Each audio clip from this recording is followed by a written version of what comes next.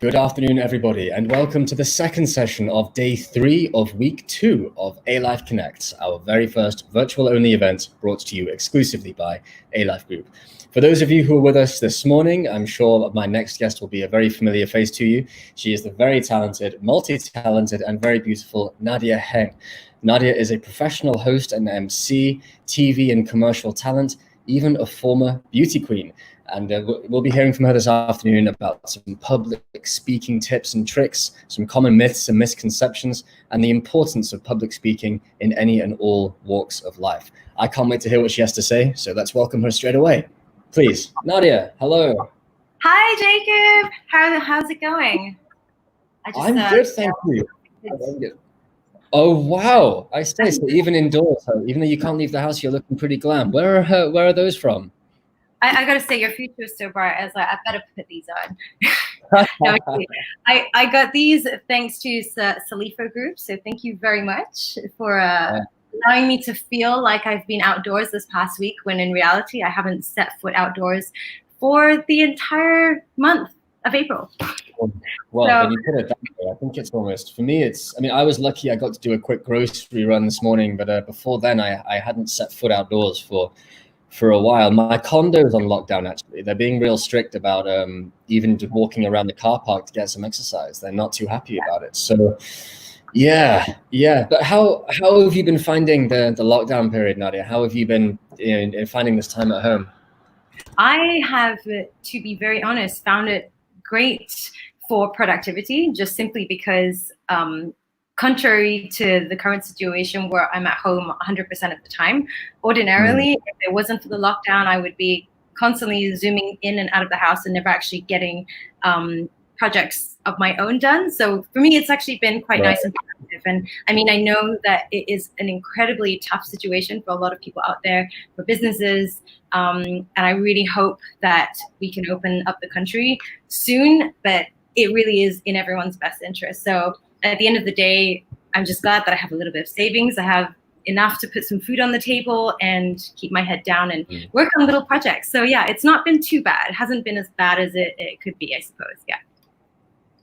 Yeah, no, I totally agree. A lot of people, and I felt almost guilty at first, because I think you and I are in the same position here, Nadia. I've as much as it was tough to adjust at first, and God knows I'm missing all my friends, and our industry, of course. I mean, that's where you and I have seen most of each other, is at events and at openings and at whatever else. And now we're missing that opportunity. So, I miss a lot of my friends, industry and otherwise. But like you say, it's in everyone's best interests, I think. But the frontliners are doing a lot of good work. So hopefully this will be the last stretch. But like you, I felt this a really useful time to reconnect with some personal, maybe not projects, but personal, I guess, interests, areas, even books that I promised myself I'd read months ago. I'm finally getting around to. Good. What is it you've been working on then? So I know you're usually a very, very busy girl. You're jumping from event to events, whether it's emceeing or hosting or even appearing on a commercial. So what is it that you've been doing while stuck indoors? What personal project have you been working on? Well, I'm not going to lie. I have read a couple of books in this nice downtime. I've really enjoyed being able to sit back and actually take time and read for a stretch of more than 30 minutes a day, because it's something that you just don't really have the luxury to do. You always feel guilty, like you should be doing something else. So yeah, I've definitely indulged in a couple of books, but mainly I've been working on something that, that's kind of been on my plate for the past year.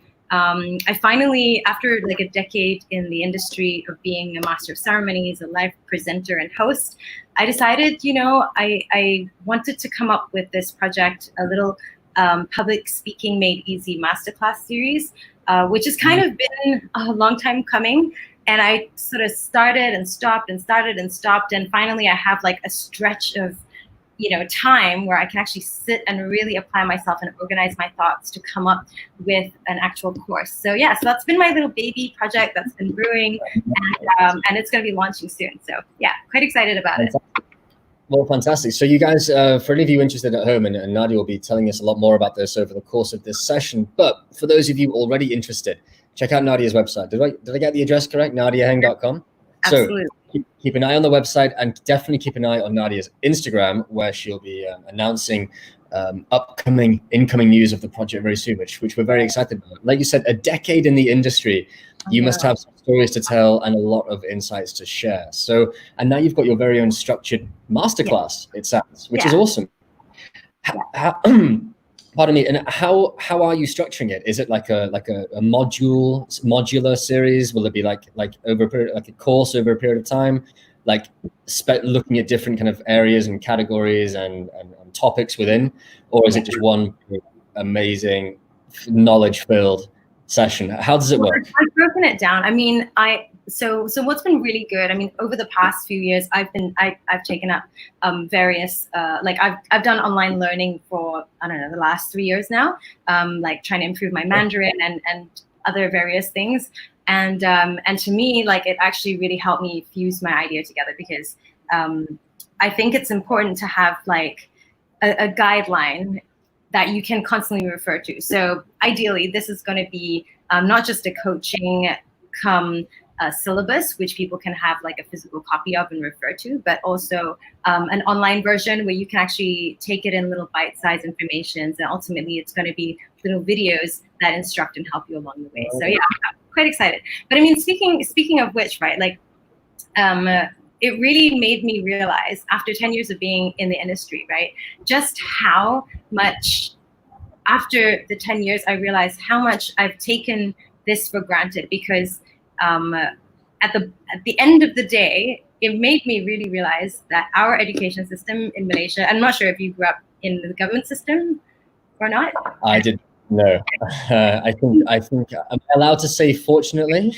I don't know, maybe. Well, yeah, so that's the thing. I think actually, I mean, and if I know we've got a lot of viewers out there, so do comment and let me know your thoughts on this, right? But I realized that after 10 years, that I've slowly managed to acquire skills and techniques along the way, and coupled with doing research and studying and trying different methods and techniques out, that I've been able to get a lot better at public speaking. But it also really shed a lot of light on just how obvious it was to me now in hindsight, how along our entire education system, right, from primary school, I went to a Chinese school, and then in secondary school, I went to Kebangsaan school. And throughout that, and to all my fellow Malaysians who went through the government school system, let me know what you think. But it made me realize just how little public speaking is emphasized in school, and how little we do of it, where we are actually encouraged to express our thoughts, where we're encouraged to voice our opinions, and just communicate effectively. In the entire 6 years of my primary school life, I don't think I ever gave a single presentation, ever. So, I mean, wow. Yeah, and it makes you realize when you go into the real world, when you're thrown into the real world, and whatever job you do, you realize how ill-equipped you are to actually handle real life affairs, and how to deal with a lot of situations. And I think, you know, people often say, I mean, what is your perception of what public speaking is, Jacob? Like, what do you think public speaking entails? If someone says that to you, what's the first vision that comes to mind? Well, that's a very, very good question. I must say, so this answer will be colored slightly, if that makes sense, because I was, and maybe not as many people can relate to what I'm about to say as what you just did, because I was very, very fortunate to go to a British boarding school. So imagine Hogwarts. Hogwarts, right? And what I have to admit they did very, very well there in terms of a very well-rounded education was that they did place a lot of importance on presenting, on speaking, on even when we were in the sixth form, we used to have to dress up in black tie and go to debating. You know, we'd have like formal dinner debates. We would have, and they were big on theatrics and drama and everything else as well. So it was actually honestly instilled in us, maybe not directly speaking in the hosting or the emceeing sense, because that's a different profession entirely. But it was instilled in us the value of being able to present. So if you ask me what public speaking is, I would say it's being able to address an audience who you do not know. Okay. You know, an audience who you may not have any relation with whatsoever. So public speaking is very different to, say, making a speech at a wedding, because you can get away with, you know, cocking up a bit. But public speaking is you in front of an audience and trying to convince them of someone else's idea, maybe. Yeah. How do I do? It's interesting. Well, I'm just going to backtrack a bit. So I'm curious, when you were in boarding school, did you have, you know, so you were kind of forced into debate, like whether you liked it or not? Was everyone part and parcel of their? Good question. No, we were encouraged, I would say. No one was forced into doing it, because like there are just frankly some people, because it was an inter-house competition. So imagine we had Slytherin versus Gryffindor. You know, I'm going to keep with the Harry Potter thing for a while. And so it was like a competition. So we still took it a bit too seriously to let the less confident guys kind of mess it for us. You know, but nevertheless, as many of us as possible were encouraged. No one was forced. So yeah, there was a bit of whether it's you know, because I guess like now that you mention it, of course in schools we did have the debates, you know, we did have a debate team and stuff like that. I was never a part of any of those groups. Oh, really? Ever. I was always a part of sort of like the massive groups of like choral speakers or like choir, you know, never like being out in the forefront, you know, by myself. There's quite a contrast, I suppose. But no, it's interesting that you say that you managed to do some debate. And I think if you are privileged enough and lucky enough and brave enough at that young age to actually volunteer and sign up for something like that, that will serve you immensely later on in life. And which brings me to, you know, your perception and what you have in mind that public speaking actually is. I mean, public speaking, I think a lot of people would probably define it just how you just did, which is that you're communicating to an audience of people that you don't necessarily know and you're trying to persuade them, right? However, you know, I think that's the part where a lot of us really actually get it wrong, because for the longest time, I used to think as a kid, I was petrified of speaking and expressing myself and sounding stupid. And I used to think that I could get away my entire life without having to give any presentations. So in high school, when you have like groups of 3 or 4 and you have to give a pembentangan in history class, you have to give a presentation, I would literally be on MC or just Skype off school because I was so terrified of presenting to people.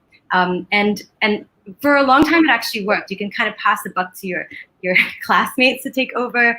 And, you know, I got to a point where I realized that when you go into the working world, there's no such thing as being able to avoid public speaking. Public speaking essentially isn't just about communicating to a vast audience, being on stage with the spotlight on.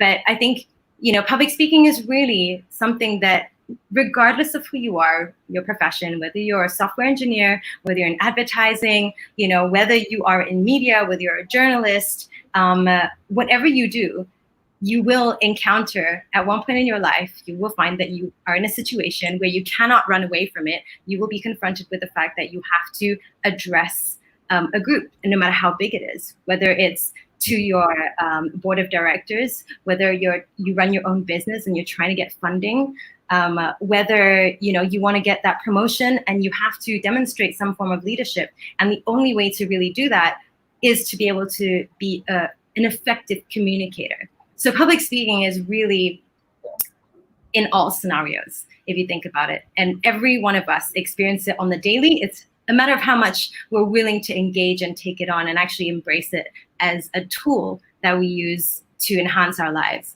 You know, so it's not actually, and like you mentioned, a wedding. Sorry, that's absolutely public speaking. I guess by definition, sure, yeah. But I guess the distinction I want to make, perhaps incorrectly, was that at least at a wedding, you'd hope most of the people there know you, especially if you're like, father of the groom, you'd hope. And so you might be able to get away with it, but you're not perhaps expected to have as much. I mean, it's great if you have presence, because the best speeches at weddings are.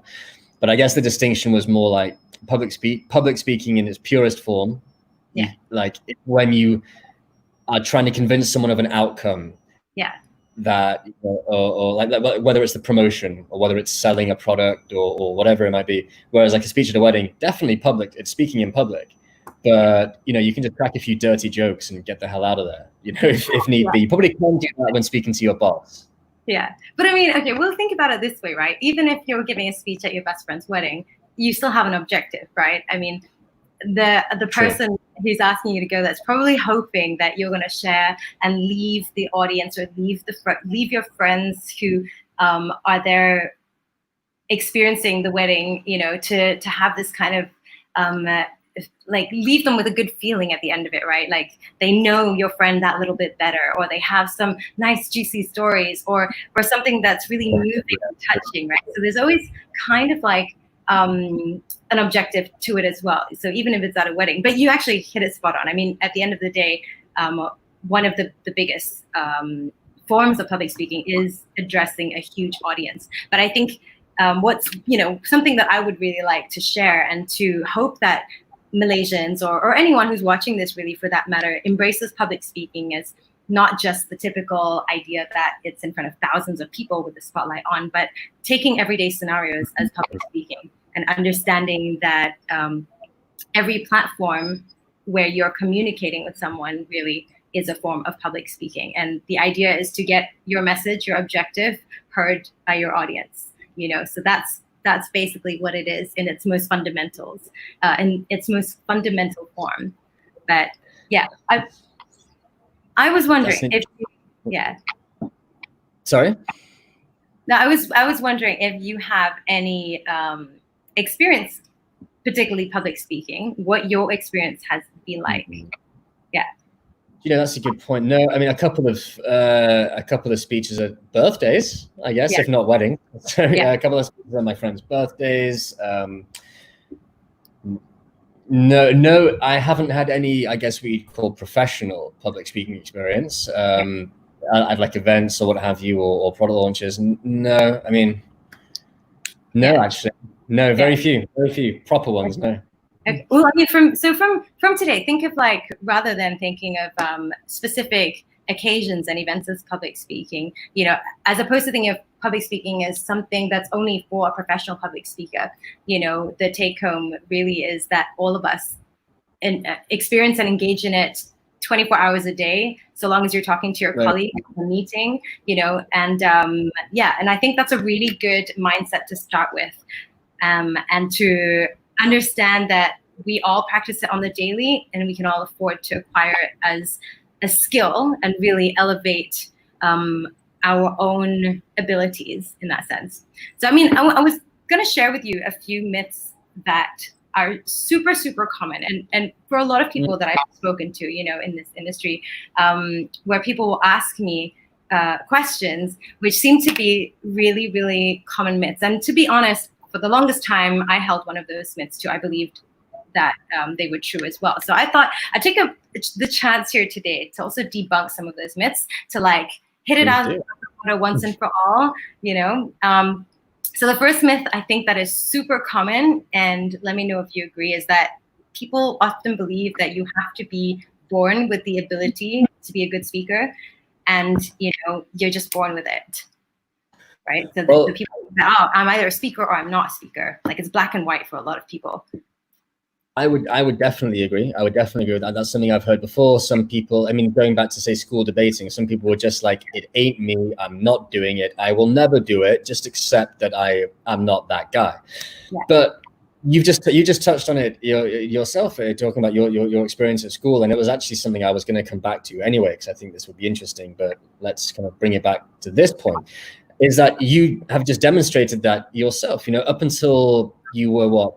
All through your school career, you said you were terrified of public speaking, and you spent the last decade doing it for a living, and very well for a living, might I say. I mean, you're one of the most in-demand speakers on the circuit out there. So clearly, it was not black and white for you.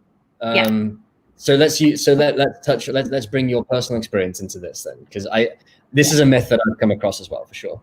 Yeah, I mean, I was one of those people that firmly believed that you're either a speaker or you're not a speaker, and hence the reason for the longest time I would back away from the responsibility at all costs. But at the end of the day, it is definitely not something that you are necessarily born with. Sure, there are people, if you compare, like with any sport, for example, there are people who are better at basketball, there are people who are better at singing, right? But at the end of the day, for speakers, there are people who have the gift of the gap, but it doesn't necessarily mean that only people with a gift of the gap are going to be able to become good public speakers. Because one thing that I really wanted to stress is, as long as you have a voice, that is your tool. That is your tool. You have your human vessel to express in.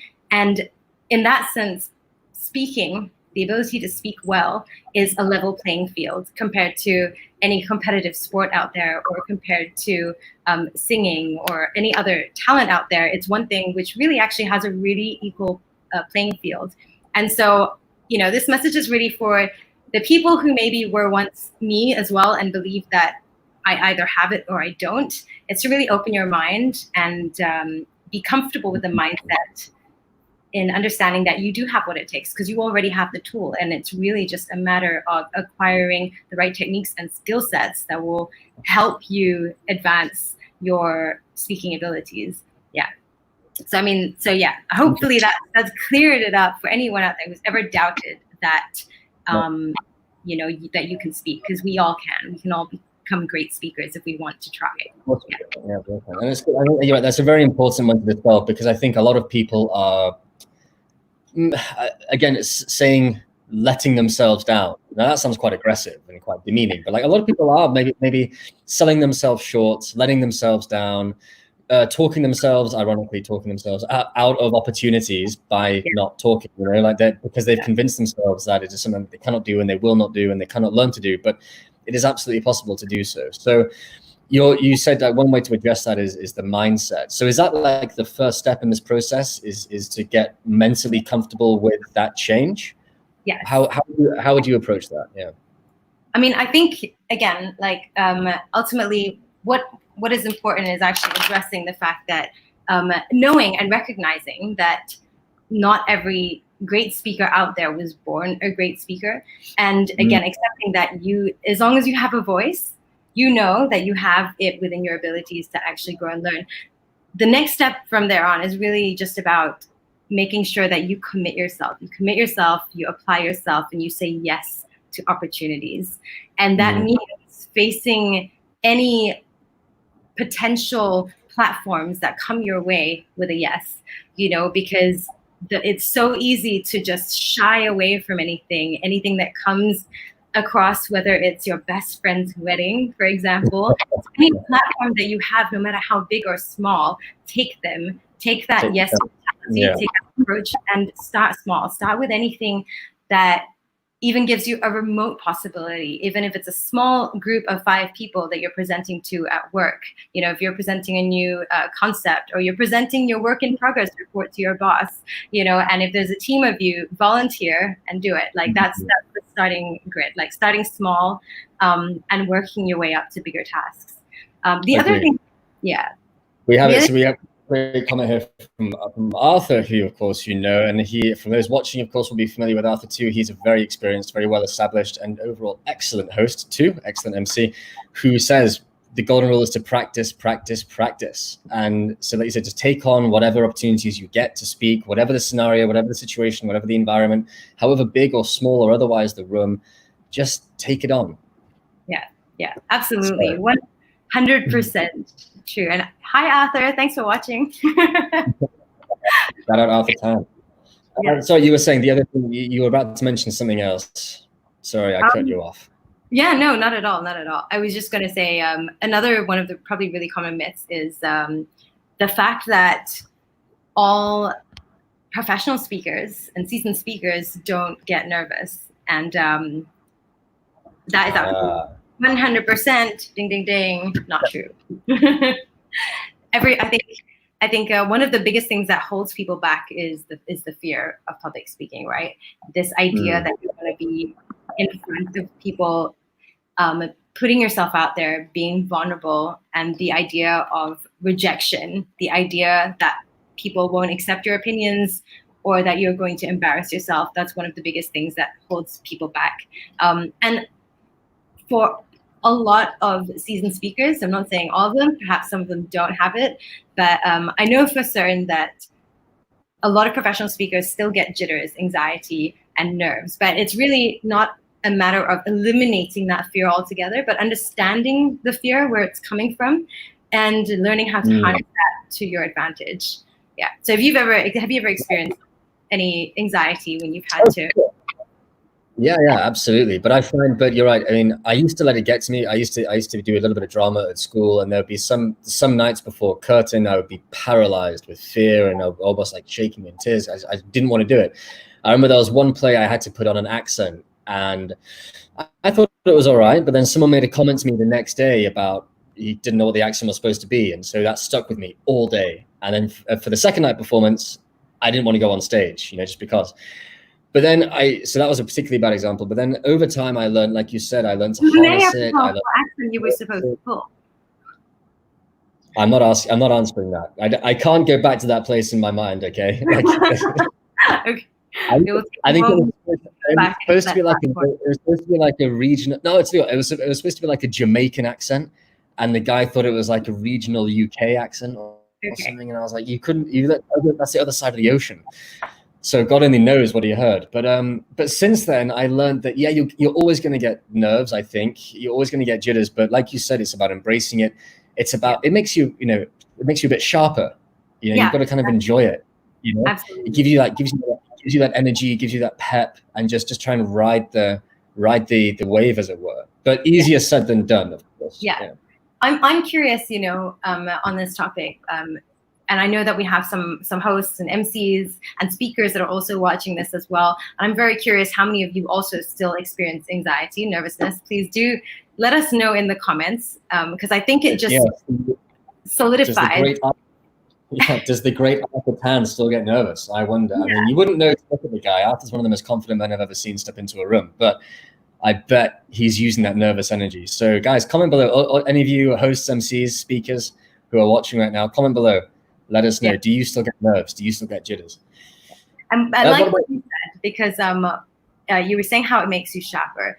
And that's one of the things, because personally, I'm not ashamed, and I'm definitely not shy to admit that I still get nerves. I still get anxiety before I go on stage. But it's really about how you harness it and how it's getting into the right mindset and understanding. And there are steps to helping improve and manage your nerves so that they actually work in your favor. And when they work in your favor, there's been research that has shown, and I personally experience this every time, when you go on stage and you actually perform for an actual audience versus during your rehearsals, you end up doing better most of the time, because when you kind of harness that anxiety, it actually helps you. You realize you've got heightened senses, right?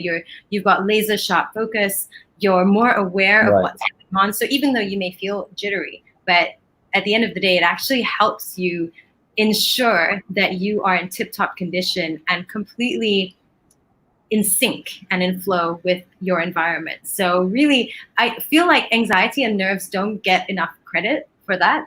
And if you experience any kind of fear of public speaking, the next time you approach it with that mindset, I really hope that helps you to get into tap into your own powers and really use it to your own advantage in that sense. So talking of powers, I think this is from an Eileen Robinson, whose name we can't show just yet. But Eileen, talking of power, Eileen agrees with you. Eileen uses her nervous energy as fuel to connect and deliver her best. Azura here, who everybody knows and has done for a while, again, a very experienced speaker on the circuit, very experienced presenter, still gets nerves, believe it or not. Arthur Tan still getting butterflies in his stomach before the intro, especially with the 60 seconds. It's that last minute, the last minute nervous, which drives Arthur forward. But I think you make a very good point there, Nadia, actually. Even Jasmine, who was our guest this morning, those of you who were with us will recognize, shake it out, breathe and smile, calm you and bring you back.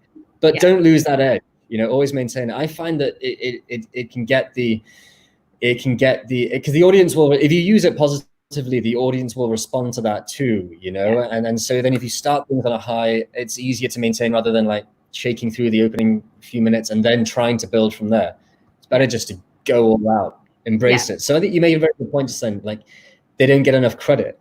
Actually, anxiety and nervousness and whatnot. Like it's a very human, it's a very primal response. Like you said, the heightened senses, the fight or flight. The adrenaline is coursing, your senses, your nerves are tingling. Just use it. Exactly, it goes back to your basic instincts for survival. You're absolutely right. And what you do is you tell yourself that it's excitement. Because it's exactly the same feeling that you get when you're excited. But instead of fear, you tell yourself, I'm excited to share my message with the crowd. And that's usually what I do to try and channel that fear or anxiety into positive energy and using it really to your advantage. Yeah. Good tip. Good tip. What I'm curious because I hear different things from different people when it comes to audiences and speaking and whatnot. Do you find that you get more or less nervous in front of different audiences, or different jobs, different occasions, or what have you? Yes, that's actually a really good question. I do. I find that I think in life we always have, there's like 3 different groups of people, right? There's going to be your friends who are going to support you, like your parents, who love you through thick and thin and cheer you on regardless. Even if you do an awful job, you know they're going to be there rooting for you. You've got people. Job, actually. You'll find, especially if you do an awful job, your parents will cheer louder for you then, you know? To compensate. You're like, yes, that's my girl. Love like your parents love. It's beautiful. Yeah, nothing like a parent's love. So you've got you in every audience, there's always going to be that group of people, like maybe people that you know, and even if you're approaching an audience that you've never met before ever, and it's the first time you're meeting anyone in that room, there will be people who automatically gravitate towards you, who like you, right? There's going to be people in the audience who are just completely indifferent, have no feelings whatsoever. They probably haven't even taken notice the minute you go on stage, because you haven't said a single word yet, and they're just in a world of their own. And then you have people who, and I think it's like with anything in life, we all have judgment, and there are people who instantly are turned off, or maybe instantly decide that I don't like you, right? And it's completely okay. And I feel like with a lot of different events that I do, sometimes there's more people that you do know in the audience, and that gives me confidence, especially if I know that they are a really warm crowd. If I know them, if I know that they're super cheery and supportive, it somehow brings down my nerves a little bit and makes me calmer. And I find that I get most nervous sometimes when, not when it's a complete group of strangers, but rather when it's a group of people that I know, but maybe I don't know well enough, and I don't know how they feel. Those are the people that I often find the toughest to present to, because of judgment. And I think what really helps me overcome that is understanding that it's completely okay, because again, there's 3 groups of people. There's going to be people who love you. There's going to be people who are indifferent, who can be swayed based on their judgment that they will build, because we're all human and we all judge. It's again another primal instinct, for survival. So everyone will judge. And then the final group of people who may just have no liking for you whatsoever, but accepting that and knowing that that's 100% okay helps me psychologically deal with, being on stage and knowing and accepting that I will be judged, and it's 100% okay. Normal. I think that's a very, very interesting perspective, and actually I think a very good lesson for life as it stands. It's okay. You can't please everybody all the time. It's impossible, literally. And so a lot of people, myself included, a lot of the time get really wound up in that and really make ourselves miserable to please others. But like you said, if you just accept that not everyone, even in the room you're working, is going to like you, then it makes things much easier, right? Exactly.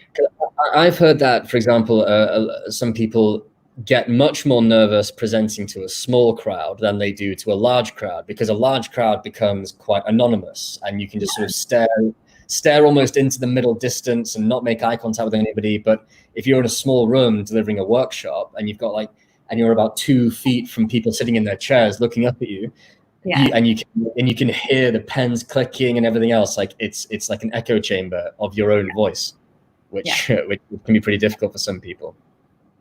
Personally, I think of the 2 situations, and again, I'm very curious from other MCs that are in the room. I find that when you cannot see out into, with that whole anonymous feeling, when you have no idea who's in front of you, because sometimes the spotlight is so bright and you just see the sea of darkness. It's impossible to make eye contact.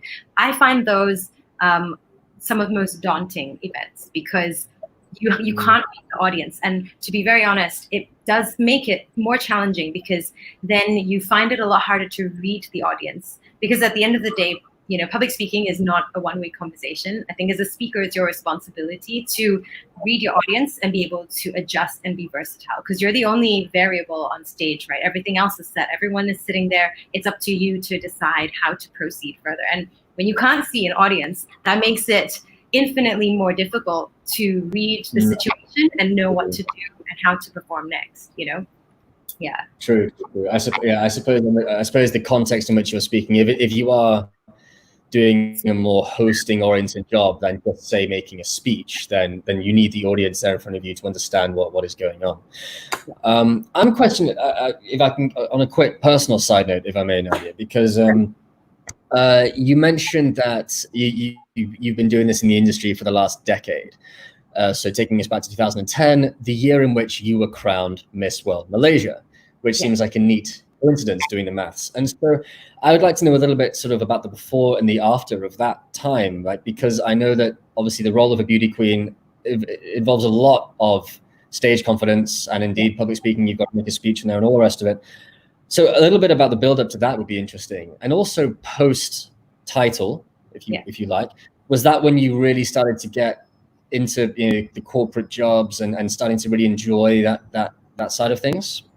Okay, well, I mean, that's actually a really good question, because I think I would have to rewind another 5 years even before that, because so before that I was actually already working. I was working in a public relations agency, and that actually was probably more of the turning point for me than the pageant itself, because I was working in a public relations agency, and as you know, with many events, sometimes clients don't have, they're small startup companies that don't have any money for a budget, and they will just try to get the agency to do what they can. So I became the little sort of guinea pig, as it were, with the agency, where my boss was, I really appreciate that she thought I was capable of doing it. But so she's like, here, Nadia, this is your client. You're gonna take on this gig. You're gonna do the PR for it, and then on the day you're also gonna just do a simple introduction. And that was sort of like my first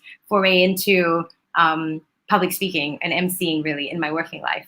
So I remember having to do a lot of these small scale events for clients, small little launches in their boutiques and stuff like that. And the first time I did it, I was, I think the perception is if you speak a language fluently, right, that you will have no issues talking, in public, right? I think that's another perception that people have, right? And it was awful. It was terrible. I had written down all my notes. I had seen other people do it before. I thought, I can do this. Like, I've got this. I speak English. I can do this. And I remember looking at my notes, and it was just like the minute we were supposed to start, everything went blank. I forgot everything that I was supposed to say, and I ended up literally. And I wanted to give this as a sample later on for a tip that I was going to give. But I was literally holding this paper and shaking. I was visibly shaking, and and I did such a poor job. I was really disappointed with myself and my performance after that. But thanks to many small little events like this, my boss still encouraged me to continue, with other clients and stuff. And of course, like with everything, you can only get better, right? And the best part is if you start at the bottom, the only way to go is up, right? So if you start as the very worst public speaker, no one will ever at the next event say, oh, you were even worse than the first time. That's just not going to happen. You will, by default, get better.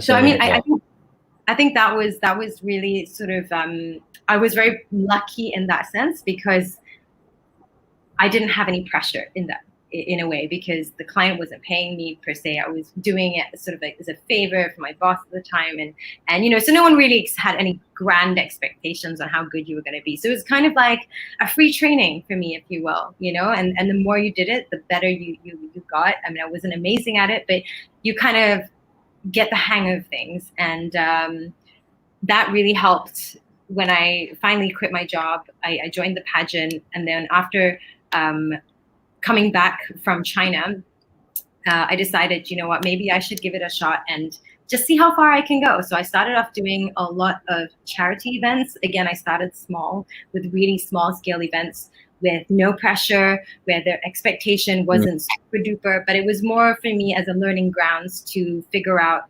my own style, to figure out how to engage with people and how to communicate effectively. And again, with kind of like no guidelines and no rules, so you are able to go run wild and free in that sense, and experiment. Yeah. Excellent. Okay, interesting. So what a varied and mixed journey it's been on. So what have you found in your experience so far has been like your favorite type of job? Like, do you enjoy doing like do you enjoy being more of a master of ceremonies for like product launches and whatnot, or do you enjoy like what type of jobs do you enjoy the most? Have you found so far? I really enjoy, I realize, events where I get to interact with people. And I find that those are the most rewarding because, you know, energy is a really, really special thing, right? So whatever energy that you have on stage, and if you can bring that to the event and watch that energy transfer to your audience, to the guests in the crowd, and even for example, weddings, right? If you are able to host an event, transfer that energy, and watch people's smiles, watch people smile, watch people's eyes light up, you know that it's working. And that is the most rewarding feeling. So I really like, even if it's a big event in a big hall with hundreds of people, I think a lot of the time people have this misconception that you have to be up on stage and it's a one-way conversation, which even if you are up on stage, you can still make that energy work both ways. And those to me, I think, are the most rewarding, where you get to have fun with the crowd and really interact, and it becomes really fulfilling.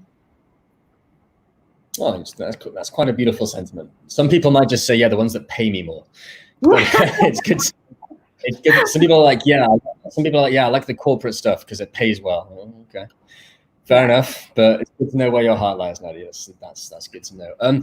We've got, I think, just under 15 minutes or so left, and I know that you have some very valuable tips to share with us at home for both newbies and seasoned pros. I'm sure we'll find these useful. So why don't we start to wrap up with these tips that you have for public speaking? Because I know that you've got some valuable advice for us. Sure.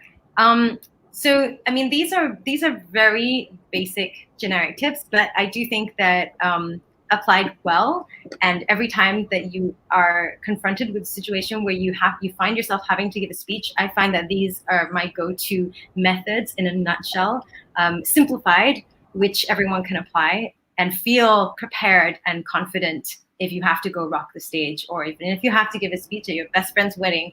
I hope that these tips will help take you a long way. So the first tip that I would have is very, very, it's very obvious. And I think that anyone would say, well, that's just common sense, but you'd be surprised how many times people just attempt to wing it. You know, I don't know about you, but I've seen many a times people like, I'll just wing it, you know.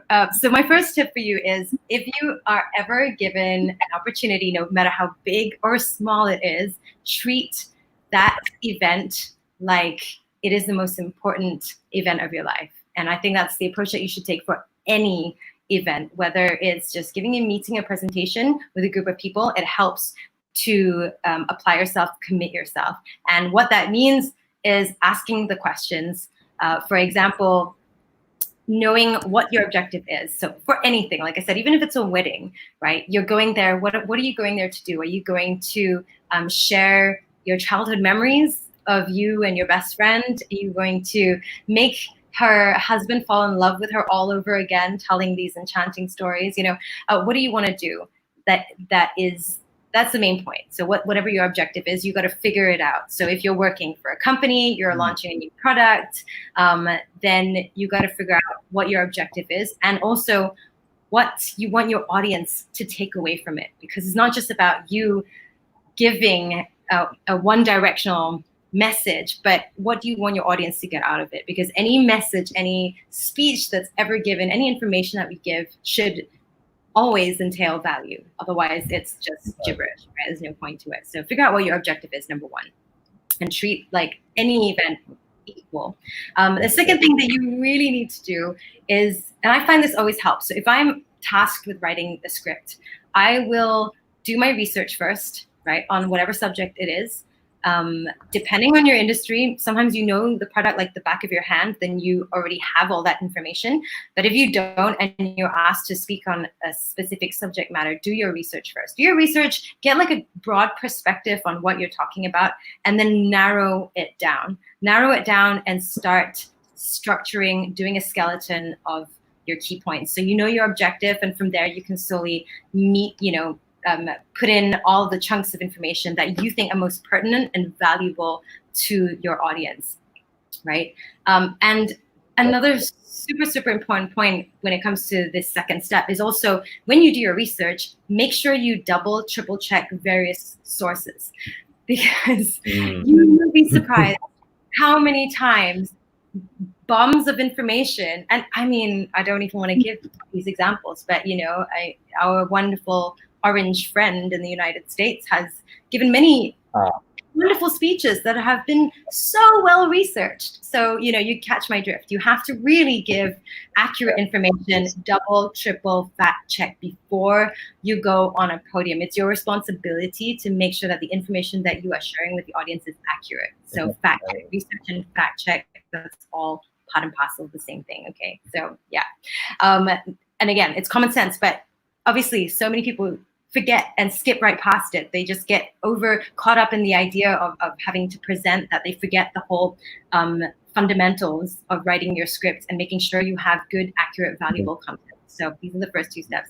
The next thing you want to do is think of it like a movie, right? When you watch a movie, there's always a flow to every movie. So once you've got your information, you've fact checked it, you want to start to create a structure and a flow, and you want your audience to feel like, I'm watching one of my favorite movies of all time, because the narrative works so well that you don't even realize you're watching a film. You get drawn into it. So make sure you structure it in a way that your audience is able to visualize and actually follow your thought process in a logical manner. You don't want to talk about A, suddenly go down to Z, and then back to B, and you lose your audience, and that's it.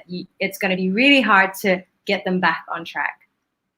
So that's tip number 3. Make sure you create a proper structure that your audience is able to follow, and let it flow. So now we come to, now that you've covered the first portion, which is basically prepping, creating your content, you want to start to work on your delivery. So before you jump straight into like how to deliver efficiently, the most important thing is to grasp your content, understand your content well, because one of the myths that I wanted to cover earlier as well was actually that a lot of people think that you can just memorize stuff. And I have the wonderful story about this happening to me and failing me. I've had many stories of failure. But I remember, so when I was in uni, I actually studied communications, and I wanted to become a journalist. Halfway through, I switched to public relations, and one of the subjects we had for one semester was public speaking. So that was my first ever real, like, official, structured learning of what public speaking was. I had to give a speech. I could pick any topic, and the problem was, even though I knew the topic, but I never bothered to try to actually understand the content that I'd written. I'd written everything myself. It was great, but I failed to actually grasp every paragraph and what I was trying to say. And instead, what I did was I memorized everything, and I went blank on stage. I'm pretty sure I didn't get very good marks for that. But the point is to grasp your content. It's not about memorizing anything. If you have your own techniques with how you want to practice and deliver, that's one thing. And even if you try to memorize certain portions of it, maybe that works.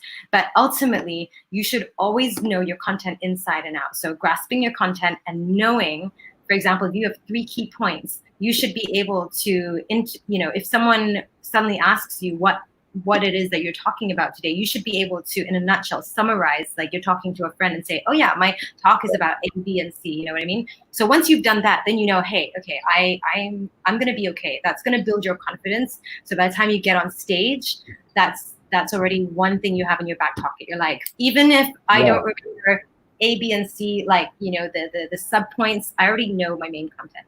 Okay, so tip number 4 is this. I only have 5 tips. There's so many more. I could go on forever. But the next one I think will be most useful if you are one of those people like me who does get nervous before a show. It's okay. Just before you go up on stage, remember, do your thing. Don't feel pressure to socialize with everybody. Don't feel like you have to go and talk to if you're doing a speech, we'll go back to the wedding example. You don't feel like you have to talk to the bridesmaids. Just be in your own element, be in your own zone if you have to. You do you, because you know how you function best. And what I would recommend is breathing, because often when we go into anxiety mode, when we get nervous, we tend to go into really shallow breath. So I would suggest, like, basically, you know, if you breathe from your diaphragm, and I'm sure a lot of people know this already. So make sure, I find that it actually always helps to place my hand here so that I make sure I'm doing it well.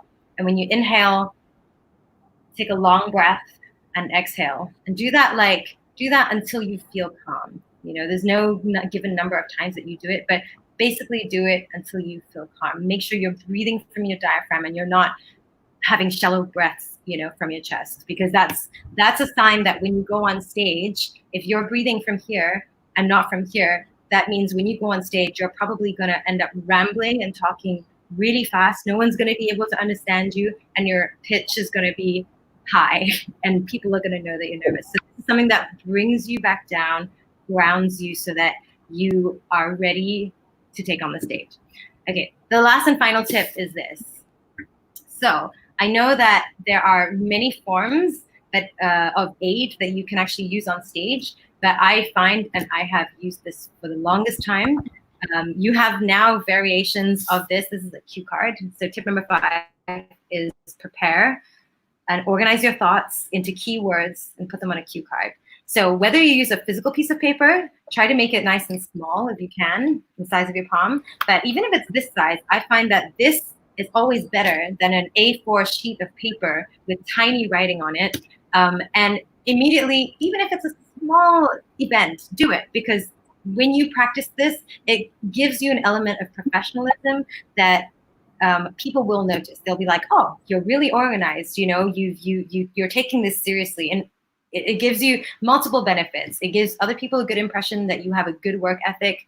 But number 2, most importantly, it makes sure that you have your backup. So whatever happens on stage, try to be a champion if you are super confident. But I always recommend having one of these handy, so that should you suddenly have, you know, go blank, you have your content here and you can refer to it. It's totally fine to take a pause, to look down and just recap where you were. You know, you have everything right here at your fingertips, and that will give you the most confidence overall to take on that stage. So yeah, I hope these 5 tips help you guys the next time you are confronted with that situation where you have to give a speech.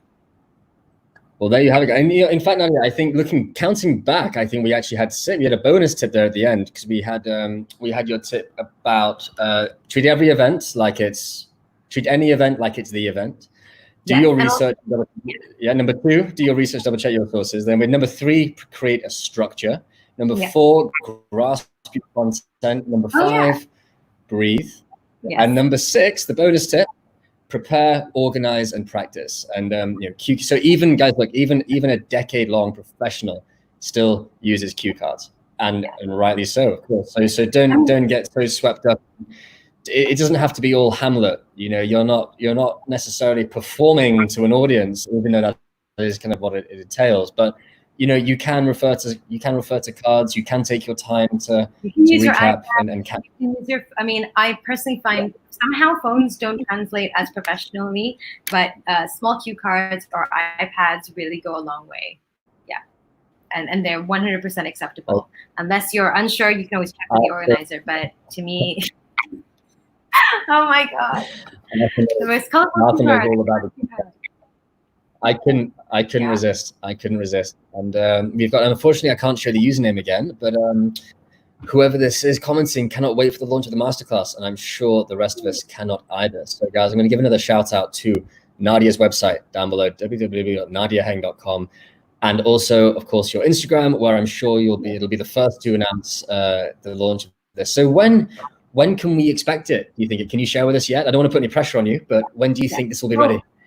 Well, essentially, the coaching and sort of main syllabus will actually be available by, I'm targeting mid-May, right? So middle of May, or if I can earlier, but let's say like the latest is actually mid-May. But the online course, which you can actually purchase, I was targeting the end of May, but with MCO and a lot of restrictions, that may end up being pushed back. But for now, definitely by mid-May, I will have one-on-one coaching sessions. So you can actually purchase packages. So there'll be information on the website. It's not up just yet, but yeah, just to give you a little teaser into what will be in store. So it's a course, and it's coupled with coaching sessions as well, like video online coaching sessions. That'll be amazing. We can't wait. So I mean, that actually brings us very, very neatly to the hour mark. So I think, Nadia, if you don't mind, we'll have to wrap things up there. I was gonna maybe slip in a Q&A, but to be honest, you've given us so much advice and insights and tips. I think it would just be greedy for us to ask you any more questions. So I'm happy to take it forward if you have one final question, but if not, feel free to hit me up. This is your last chance. We'll give you 30 seconds or so to ask Nadia any questions that you have for her based on her experience, her advice, her tips, even maybe any horror stories, because I can't ask about them, but you can. So any comments, any questions, put them in the comments below. Otherwise, guys, do get in touch with Nadia via the Instagram below, and keep an eye out for her masterclass series, which will, I'm sure, teach you everything you need to know with a decade's worth of experience from the industry. So you know what, I gave them a chance, but no one bit. So we'll wrap it up there. But okay. Oh no, Andy Lim comes in at the last minute. What is your most embarrassing moment? Brilliant, oh my brilliant. Gosh. What is the most embarrassing moment? I will share this, and I will bravely share this because fortunately for me, I got away with it. But I will tell you this: I had to host an event, and it was a cultural theme night. I was wearing a kabaya, and so in between, I was sitting down at backstage, preparing, and everything was fine. Everything was 100% going smooth. I did my intro. Everything went well. I was prepared mentally. Everything. I knew my content like the back of my hand. Nothing. It did not occur to me that this would go wrong. So what happens is I go on stage, and I'm supposed to introduce a special guest. And so I introduced the special guest. I'm supposed to have a little live chat session with her on stage. And lo and behold, I could just feel it. I could feel it happening as I was standing there talking. Like I just had this sensation. I was like, something is wrong. And I was wearing a kabaya. And what I realized was that my kabaya had basically come undone. Like I had tied it, and somehow I think when I had gone to the washroom, whatever, it had come undone. And so I was standing there, and I was like, oh my God, what am I gonna do? Like this is a very, well, regardless who your audience is, it's an extremely embarrassing situation to be in. And I was just standing there. I was like, okay, so I started holding like my skirt up, trying to be really discreet about it. And I was one hand, I had my mic in the other hand, and I sort of had my notes here as well. And the whole time I was just like, please don't go on forever, and please just answer the question in short. I was really worried that what am I going to do if my skirt falls off on stage, right? And fortunately for me, I think the saving grace was that I realized in time. So I somehow managed to hold it all the way through, and then as soon as she was done, I thanked her, and I tried to slowly saunter off stage elegantly as possible. And as soon as I got backstage, I literally, as soon as I let go to try and tie it up again, I realized I had been so lucky I caught it in time, because otherwise it would have just unraveled, and that would have been the end of it. Well, so yeah, thank you for asking, Andy. I hope you enjoyed I hope you're satisfied, Mr. Lim. Wow. Well, look, even in that most unfortunate of near circumstances, you held it together like an absolute pro. And God, imagine one more Yes, exactly. Yeah. Just one more minute could have made all the difference. But well done, and well done, Nadia, and thank you again, of course, for joining us. It's been a really, really interesting session, really, really insightful, and I hope, certainly for me, and I hope to everybody watching at home, professionals, seasoned pros, or otherwise, rookies, and people who just want to learn how to speak better. I hope this has been as insightful for you as it has been for me. And, you know, we'll be checking out Nadia's masterclass when it comes out. So, but this isn't goodbye, Nadia. This is just so long for now, because you are doing us the very great honor of joining us again tomorrow night to help us host our special guest, Stephen Raman Hughes, I believe. So we'll say goodbye for now, but we'll look forward to seeing you again tomorrow night. And for those of you at home, tune in tomorrow, 9 p.m. to see our special guest, Stephen, with Nadia. Maybe they'll even do a duet. We don't know. We'll see. No. Keep it interesting. Okay, bye. Thank you so much. Thank you, Nadia. Thank you for joining us. See you later. Bye-bye.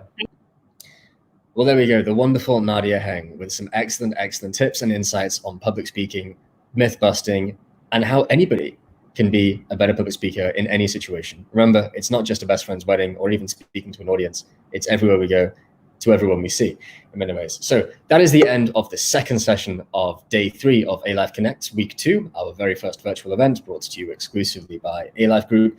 I'm going to go away for a while, and I'll be back at 6 p.m. with Edmund Chan, officially Malaysia's fittest man, CrossFit champion for this year. He'll be sharing with us some exercise insights and tips on that walk of life, or run of life, I should say, before we're back this evening with some more live music at 9 p.m. with the brilliant Dasha Logan. So until then, stay safe, stay indoors, wash your hands, take care, and I'll see you later. Bye-bye.